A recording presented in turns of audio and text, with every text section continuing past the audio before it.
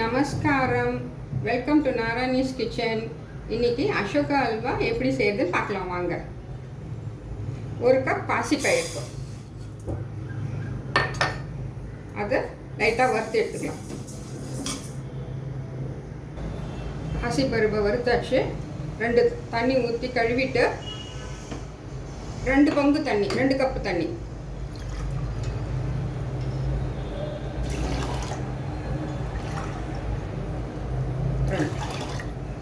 அப்படியே குக்கரில் வச்சுக்க வேண்டியதுதான். நான் சின்ன குக்கரில் வச்சுருக்கேன்.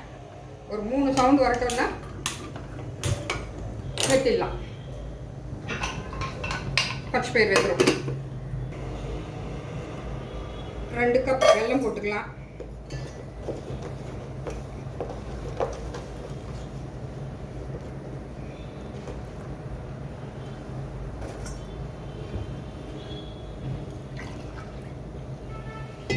நூறு ml தண்ணி போட்டுக்கலாம்.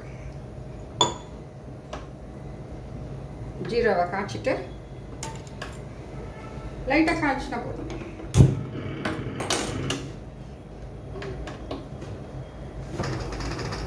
பாருங்க, வெல்லம் பாயில் ஆகிடுது.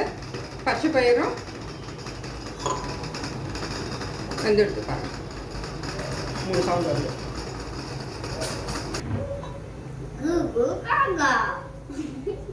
50 கிராம் நெய் போட்டு ஒரு 15 முந்திரி பயிர் அளவுக்கு வறுத்து எடுத்துக்கலாம்.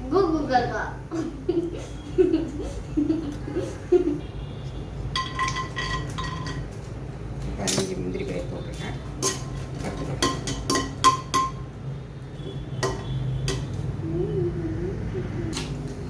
கோல்டன் ப்ரௌன் ஆகிடுது பாருங்க.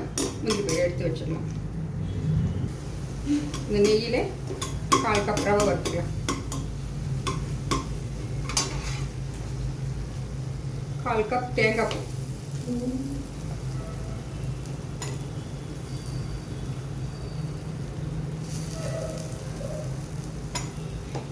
பூ,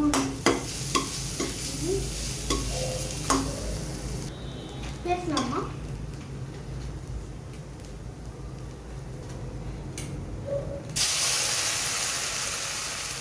1/4 கப் பால் போட்டு வேக வச்சுக்கலாம்.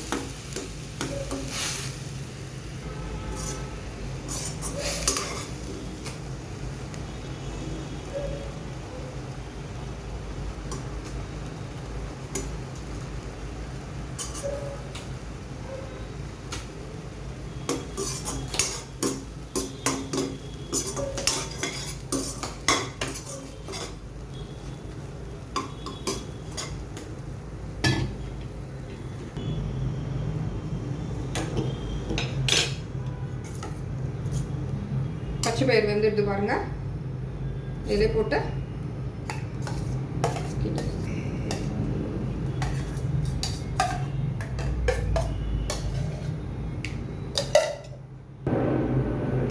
இப்போ காய்ச்சி வச்சிடலாம். வெள்ளத்தை கொஞ்சம் கொஞ்சமாக சேர்த்துக்கலாம்.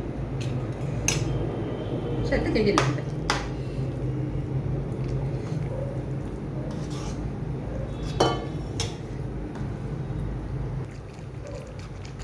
கொதி வந்துட்டு இன்னொரு 50 கிராம் நெய் சேர்த்துக்கலாம்.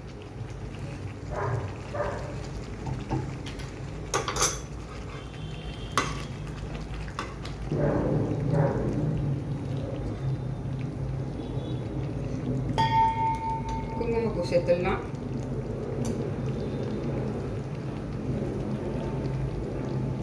ஒரு சிட்டிகை ஏலக்காய், வறுத்து வச்சுருந்தா முந்திரி பயிர் அது கூட சேர்த்துக்கலாம். அருமையான அசோகா அல்வா ரெடி. நாளைக்கு வரலட்சுமி நோம்பு இல்லையா? இன்றைக்கி